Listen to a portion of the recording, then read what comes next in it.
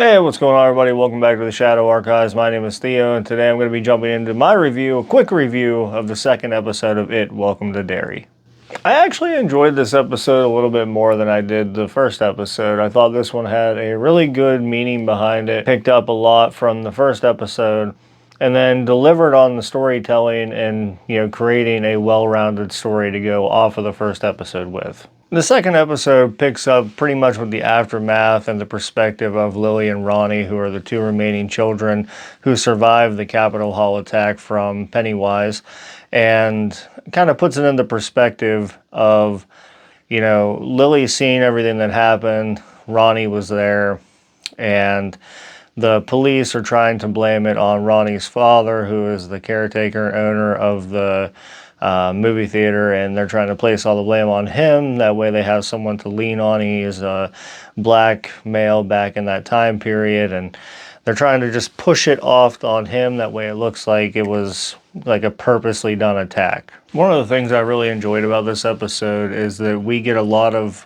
character building and a lot of arc building from this. Not only from the first episode, but we also get it tied back to the previous films in the book, because we get basically an introduction of the Hanlon family, and we know Mike Hanlon from It, and we know basically that side of the family, his grandfather. We think this is his great-grandfather, Leroy, or his grandfather, Leroy, one of the two. And we get introduced to Clint Bowers, who I assume, because he is the sheriff of Derry, that he is the grandfather or great-grandfather of Henry Bowers. We also get introduced to a couple other characters, as in Will Hanlon, and I believe the guy's name was Rich or Richie.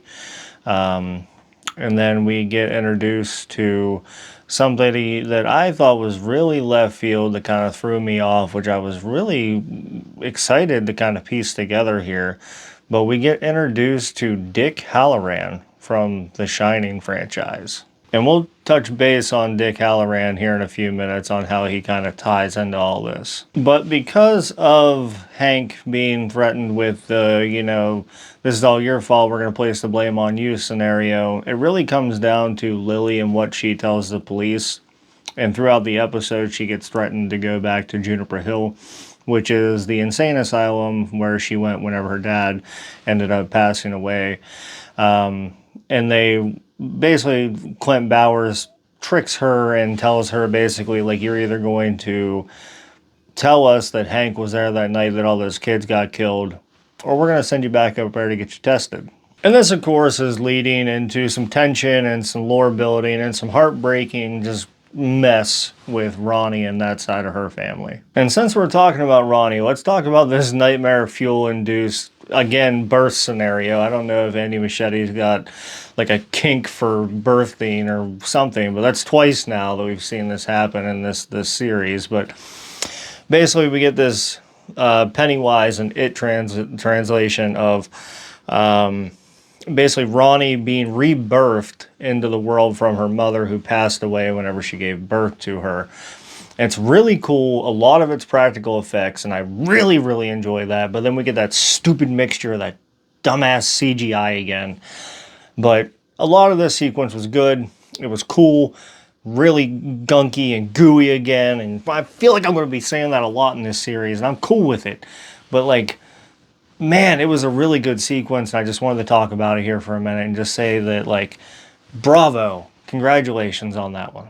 After this sequence takes place, we get Charlotte going in to run some errands through the town, where she kind of intervenes with kind of like a bully attack, basically, and everybody in Derry just kind of like letting it happen. And I think we're going to tie this together here in the next episode or the episode after. Starts to piece itself together in this one, but a lot of it is like leaning toward a lot of people in Derry knowing that it is part of their town. I won't lie, getting kind of like a Stranger Things vibe, be it not the Demogorgon or the Upside Down, but it being It and Pennywise and being kind of like the same hand-in-hand thing. Then we get to go through Will's first day of school, and kind of like the first couple days of his schooling aren't that great. He's kind of outcasted and set off to the side, and he's not really making too many friends until he meets Rich in the hallway, and During this sequence, somebody throws a stink bomb out in the hallway, and he ends up taking the blame for it and getting detention. And basically, he meets Ronnie in that detention because she swore and said, bullshit in the middle of the lunchroom. But inevitably, they start to hit it off. They talk, and we find out that Will Hanlon is super, super big into science, and he starts talking about fairy dust and space dust and all this other stuff to Ronnie during their detention. And again, that kind of ties back into the racial behaviors of that time period and everyone outcasting him and him getting detention and taking the blame for somebody else's stuff. So now we're getting into the meat and veg of this episode, and this has to do with a lot of the military surroundings and the story arc that goes in with this. And this is where Dick Halloran kind of comes into play as well. So basically, the attack that was put out on Leroy in the last episode was basically put out by his general Shaw. He did it because he wanted to find out if he was strong enough, willing enough, he would tell anybody, so on, so on, so on. In which Shaw then tells him, like, I need to show you something. Do you want to come with me? I want to show you what we're doing here. Give me 10 minutes of your time. Let's go talk about what's going on. And he does. And basically, he introduces him to Dick Halloran. He introduces Leroy to Dick Halloran and explains to him that he has a sense, The Shining, to be able to pinpoint these things that are going on out in this earthly environment where they're digging, and he tells him why they're doing so. And Shaw tells Leroy that they're doing so because they're looking for a weapon of fear. Okay? A weapon of fear that basically can kill a man where they stand, and that's what they're looking for because they want to weaponize it. And basically it's being ran by Dick Halloran, who is using his sense of The Shining to pinpoint these moments in time where they're digging to look for these, basically these indications of it. They're searching for it to pinpoint these moments where Dick Halloran is saying, this moment in time, this happened here. This moment in time, this happened here. Here's these ghosts, these skeletons, all these things, right? And he's doing that to help weaponize Pennywise. And then the reveal at the end of this episode is Dick Halloran basically pinpointing a dug-up old abandoned car from the 1930s that have these skeletons in it that basically he's sensed with The Shining. And it looks like to me that this is the same type of car or reference to the Bradley Gang Massacre, which was mentioned in It, the novel. So I think it's really awesome how Andy Muschietti is piecing all these things together with Dick Halloran from The Shining itself. He's kind of taking bits and pieces of the novels. He also mentions that basically Hank gets threatened to go to Shawshank Prison during this episode's aftermath, where they're going into next week's episode. And that's, again, another Stephen King book reference. So we're just taking all these pieces of the book and we're creating this universe here, and I think it's fucking awesome. All in all, I thought it was a pretty solid episode. I'm going to give this one an 8 out of 10. For me, I think it's very well done. I think the story arc is there.